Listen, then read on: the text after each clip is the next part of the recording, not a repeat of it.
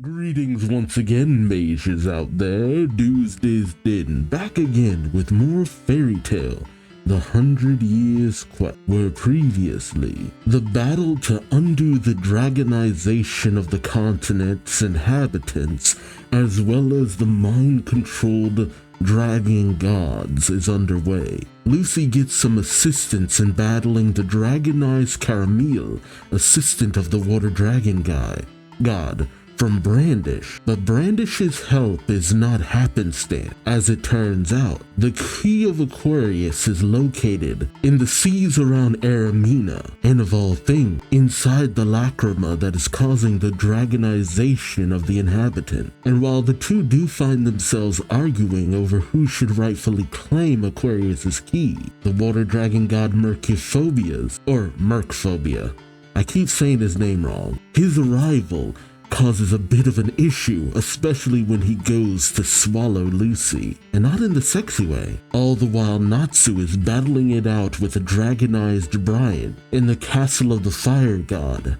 and Brian is faring a lot better than he did last time, with his increased durability and resistance to Natsu's fire ability. Times are looking pretty tough, and it's only a matter of time before more members of Fire and Flame, servants of Ignia, arrive on the scene, as well as the demons from the Book of Ferret. What'll happen next? Join me as I find out, won't you? Right, Fairy Tale 100 Years Quest, Chapter 168. Great power pierces stone. So, essentially telling me we're about to destroy the lacrima, but I wonder what ability will do it. By all accounts, it should be Lucy's ability, but we'll see. And a nice little cover page of Brandish out camping. Very rustic, and those are some nice boots. Alright, we have Brandish enlarging her fist, trying to crack the massive lacrima. But as the lacrima seems to resist her impact, Brandish questions, my magic doesn't work on it. And as we see the key of Aquarius sealed inside, Brandish questions as well, hey, how'd the key get inside it anyway? Yeah, that's what I was wondering. Mighty convenient that it showed up there, but is it just simple convenience? Or was it drawn to where Lucy would end up and need it most? It kind of makes you wonder. Even Brandish is like trying to think about it rationally, thinking, okay, the key fell here, picturing it falling into the water, and then she says, and the lacrima sprouted up underneath it, but you just see the key just wobbling on the top of the lacrima. She thinks there's no way it'd end up inside. I actually appreciate how Brandish is really questioning why. It just doesn't make sense. But suddenly the lacrima starts to vibrate? Oh, it's suddenly starting to sprout crystalline spikes all over it. Yeah, it's sprouting outward. Brandish questions, the lacrima's growing? So that's how it engulfed the key. Okay. So the lacrima is just sprouting outward more and more. Okay, so it's not so much that it grew from underneath. The lacrima is just kind of sprouting and consuming everything that's around it. It's not displacing anything. That's weird. Oh, but suddenly we see several dragonized citizens swimming through the water towards Brandish, shouting, "Found ya!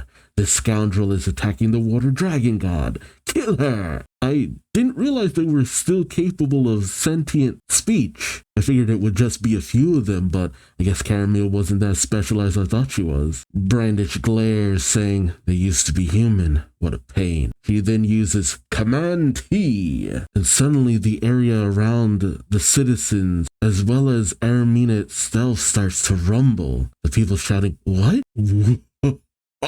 Oh, Jeebus, that's a lot of power. Holy crap. I mean, yeah, I know she's powerful, but god damn. Brandish manages to sink a massive chunk of Aramina, as well as a lot of the water underneath it, into a ball the size of her palm. I'm sorry, that is insane. I guess it's just been a while since I've seen Brandish really go at it. The townspeople are shocked, saying, our whole town got shrunk? Brandish sighs, saying, behave for a while. She then turns her attention back to the lacrima, saying, Anyway, how can we break this lacrima? He ponders for a moment, saying it'll probably take Dragon Slayer magic. What a goddamn pain. It reminded me of that weirdo.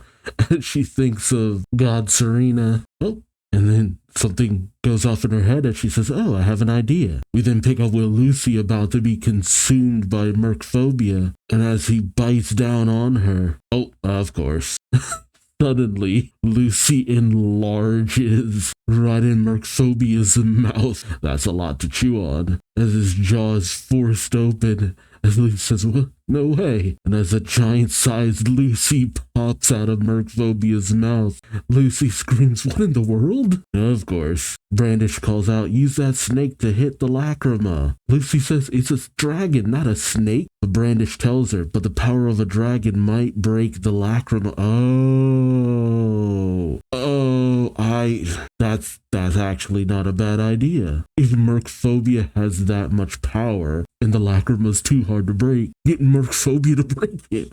That's such a simple solution. As Lucy lands in the water, she says, I get it. But mercphobia is ready and unleashes several powerful blasts upon Lucy, who braces herself. As Lucy is barely able to withstand mercphobia's attacks, she says, even at this size, I'm no match for mercphobia. But, and she grabs mercphobia's tail, she says, we have to destroy that lacrima if we want to put everyone back to normal and save Aquarius. She then starts swinging mercphobia, much to Brandish's astonishment, as Lucy says, so, I can't lose this fight, and she transforms into her star-dressed Taurus form, which makes a lot of sense because it's a lot more physically capable of a form, and she takes mercphobia and aims for the lacrima. Brandish shouts, Taurus form, that's it, use brute force.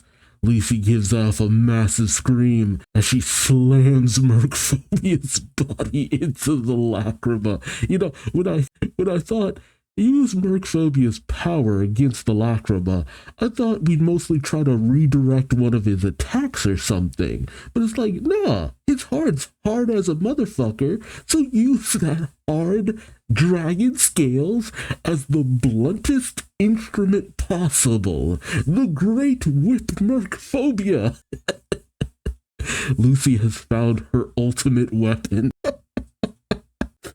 Oh my god.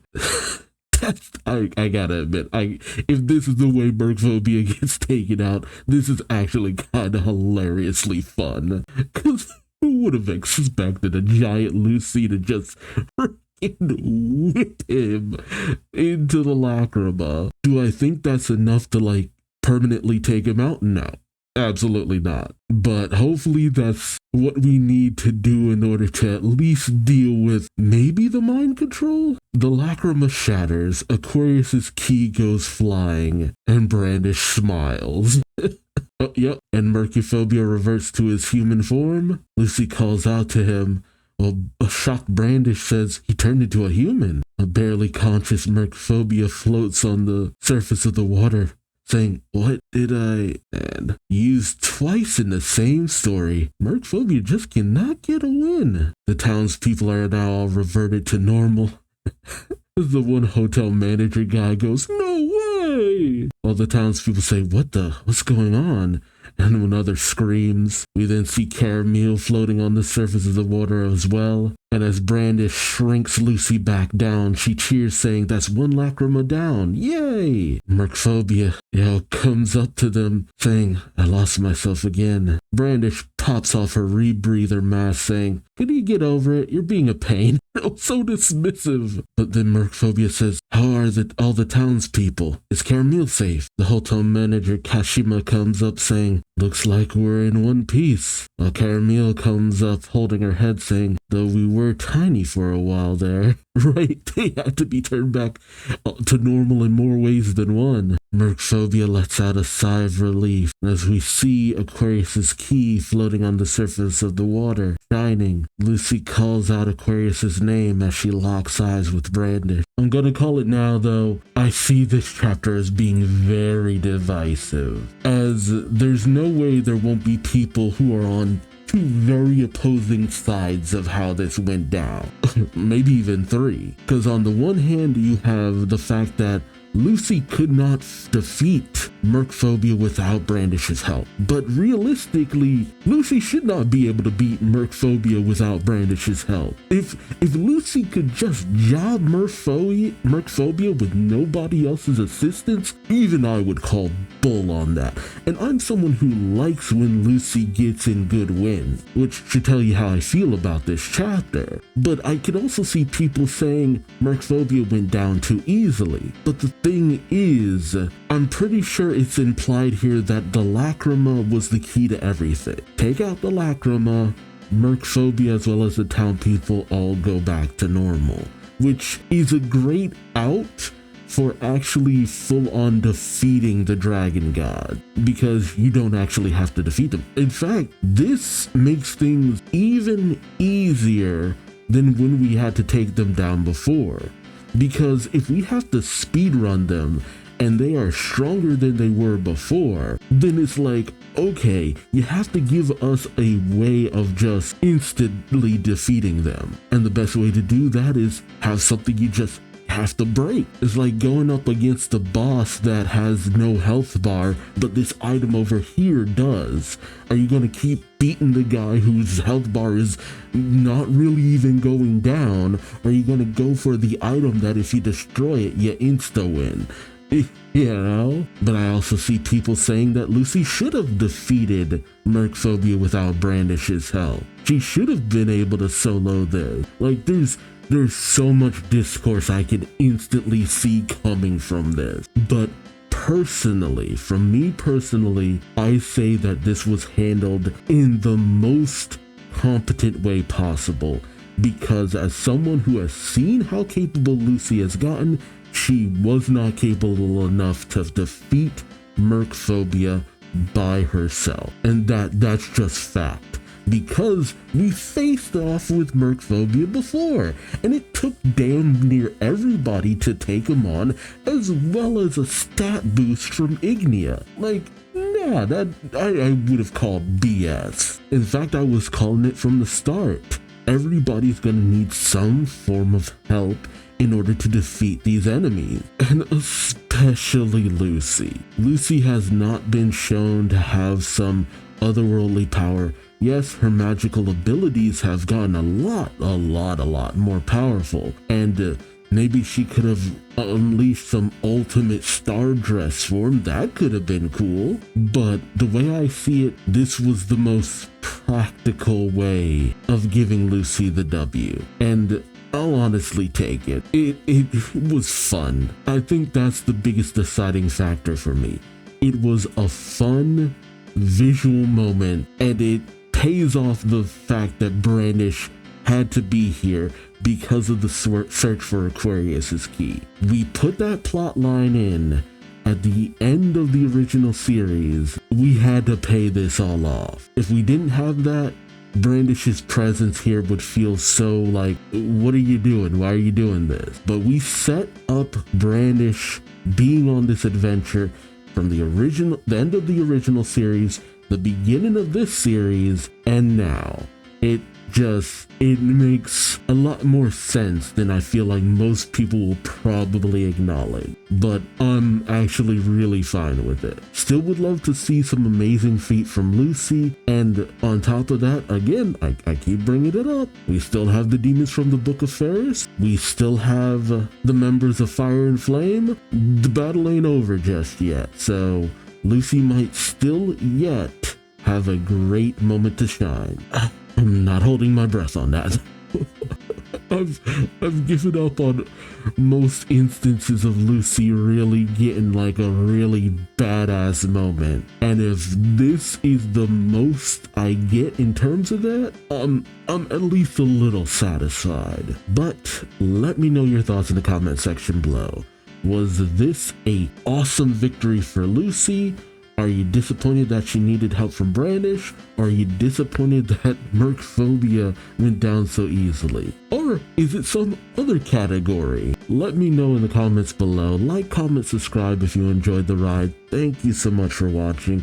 And until next time, I've been Duuz-Diz-Din, and I hope to see you later. Till then, take care. Bye-bye.